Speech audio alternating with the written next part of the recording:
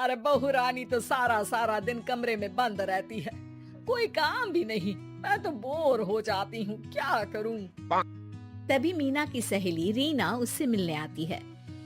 अरे मेरे घर का भी यही हाल है। बेटा ऑफिस और बहू कमरे में बंद, समय काटे नहीं कटता। लेकिन अब सच मानो तो वक्त ही नहीं है कि वक्त से रोटी भी खा लूं। अरे बहन, मुझे भी बता दे कौन सा जादू चलाया है। मैं भी अब जिंदगी के बचे कुचे दिन आराम से काट लूं। दीवारें देख देख कर तो बोर हो गई हूँ मैं। रीना मीना को एक स्मार्टफोन देती है। ये ले, ये है वो छड़ी जो जादू करती है। इसमें मैंने तेरा फेसबुक अकाउंट भी बनाया है, एंजल प्रिया के नाम से।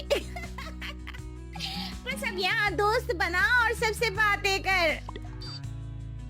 सास को पहले तो उतना समझ नहीं आता है, लेकिन धीरे धीरे वो उसकी आदत डाल लेती है। माँ जी जल्दी से खाना खा लीजिए, मुझे थोड़ा काम है।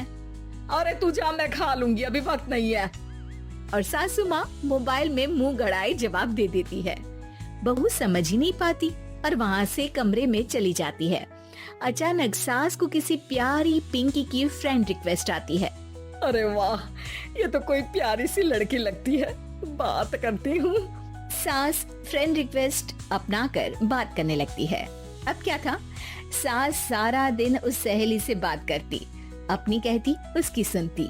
एक दिन सास फोन पर ही सरगड़ाए, अरे बहू, जरा मंदिर के लिए थाली सजा दे, आज कीर्तन है। बहू फोन पर किसी को मैसेज टाइप करते कहती है, माँ जी क्या है, अब मुझे क्या पता कि आपको कौन कौन से भगवान की पूजा करनी होती है।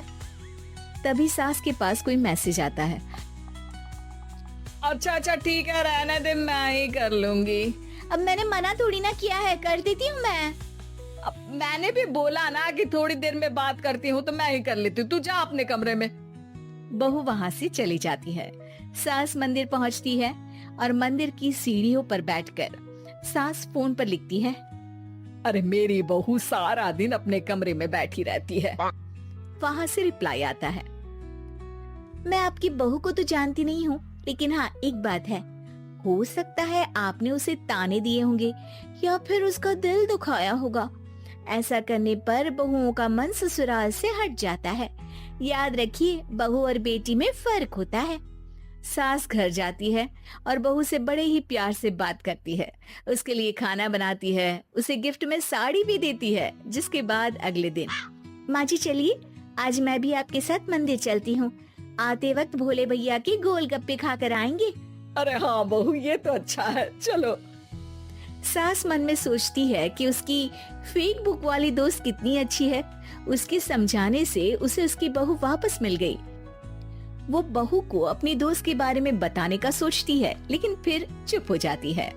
बहू फोन पर टाइप करती है, मेरी सास मुझे नौकरानी समझती है, एक गिलास पानी तक खुद नहीं लेती। मन तो करता है कि बोल दूं, मैं बहू हूँ, कोई नौकरानी नहीं। वहाँ से रिप्लाई आता है, देखो तुम्हारी सास को तो मैं भी नहीं जानती, लेकिन वो बुजुर्ग होंगी। पूरा जीवन उन्होंने घर गृहस्थी चूल्हा चौका में निकाल दिया। और फिर तुम ये भी मत भूलो कि जिस पति पर तुमको इतना गर्व है, उसे भी शिक्षा उन्होंने ही दी है।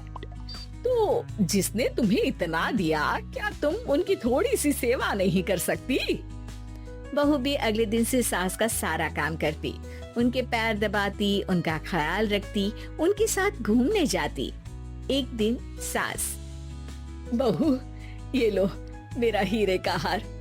पहले तो सोचा था कि अपनी बेटी को दूंगी, लेकिन आज जब मेरे हाथ पैर में दर्द था तो तुम मेरा साथ दे रही थी। समय पर खाना पानी देकर तुमने ही मेरा बुढ़ापे में साथ दिया। उसके हिस्से का बहुत कुछ मैं उसे दे चुकी हूँ, लेकिन ये अब तेरा। बहू तो ये देखकर खुशी से उछली जाती है। वो सास को गले लगाकर कहती है, माँ जी आप सच में बहुत अच्छी है। भला हो उस एंजल प्रिया का जिसने मुझे आपसे वापस मिलवा दिया, वरना मैं तो हमेशा आपको गलत ही समझती। मैं तो सोचती थी काश वो एंजल प्रिया मेरी सास होती। क्या नाम लिया बहू? एंजल प्रिया तेरी फेक बुक फ्रेंड है? हाँ माँ जी, वो बहुत अच्छी है। उन्होंने ही मुझे बताया कि सास की कीमत क्या होती है। अरे बहू, कहीं तू प्यारी पिंकी तो नहीं? जी माँ जी, मैं ही हूँ प्यारी पिंकी। क्यों? सास बहू को गले लगाकर कहती है। मैं भी यही सोचती थी कि काश प्यारी पिंकी मेरी बहू होती। शुक्रिया बहू।